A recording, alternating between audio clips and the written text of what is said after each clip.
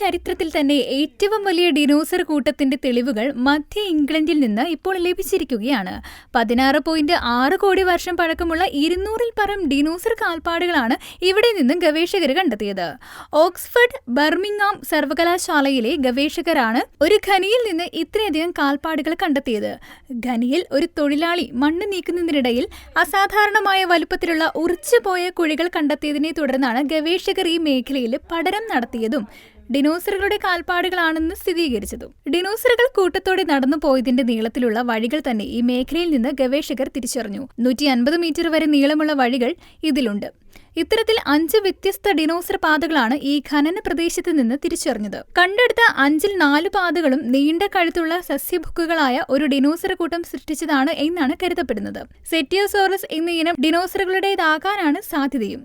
University of ബർമിംഗ്ഹാമിന്റെ report പ്രകാരം 5-ാമത്തെ പാതകളുടെ ഉടമ 9 മീറ്റർ നീളമുണ്ടായിരുന്ന മാംസഭുക്കുകളായ മെഗലോസോറസ് എന്ന ഇനം ഡിനോസറിന്റേതാണ്. വേട്ടയാടുന്നതിന് സഹായിക്കുന്ന രീതിയിലുള്ള നീണ്ട 3 വിരലുകളോട് കൂടിയതായിരുന്നു ഈ കാൽപ്പാടുകൾ. ഒരേ സ്ഥലത്ത് ഇത്രയും അധികം ഡിനോസർ കാൽപ്പാടുകൾ ഒരുമിച്ച് കണ്ടെത്തുന്നത് അപൂർവമാണ് എന്ന് ഗവേഷകർ പറയുന്നു. കൂടാതെ ഇത്രയും നീളത്തിലുള്ള പാതകൾ കണ്ടെത്തുന്നതും വളരെ വിരളമാണെന്നും ഓക്സ്ഫഡ് സർവകലാശാല നാച്ചുറൽ ഹിസ്റ്ററി മ്യൂസിയത്തിലെ ഗവേഷകരായ എമ്മ നിക്കോളസ് വിവരിക്കുന്നു. ഈ പ്രദേശം ലോകത്തിലെ ഏറ്റവും വലിയ ഡൈനോസർ പാത സൈറ്റുകളിൽ ഒന്നായി മാറുവാൻ സാധ്യതയുണ്ടെന്നും അവർ കൂട്ടിച്ചേർത്തു. ജനുവരി 8-ന് BBC സംപ്രേഷണം ചെയ്ത ഡോക്യുമെന്ററിയിലാണ് ഈ ഡിനോസർ പാത കണ്ടെത്തിയതിന്റെ വിശദാംശങ്ങളെപ്പറ്റി വിവരിച്ചിരിക്കുന്നത്. 2024 ജൂൺ മാസത്തിലാണ് ഖനിയിൽ നിന്ന് ലഭിച്ച വിവരത്തിന്റെ അടിസ്ഥാനത്തിൽ ഗവേഷകർ ഈ മേഖലയിലെത്തി പഠനം ആരംഭിച്ചത്. 1997-ൽ സമാനമായ പ്രദേശത്ത് ഇപ്പോൾ കാൽപ്പാടുകൾ കണ്ടെത്തിയ ഖനിക്ക് സമീപം ഡിനോസറുകളുടെ കാൽപ്പാടുകളും ലഭിച്ചിരുന്നു. അന്ന് 40 കാൽപ്പാടുകളാണ് ഗവേഷകർ കണ്ടെത്തിയിരുന്നത്. അന്ന് ചുണ്ണാമ്പ് കല്ല് ക്വാറിയുടെ ഖനനത്തിന് വേണ്ടി കുഴിച്ചപ്പോഴായിരുന്നു ഈ കാൽപ്പാടുകൾ കണ്ടെത്തിയത്.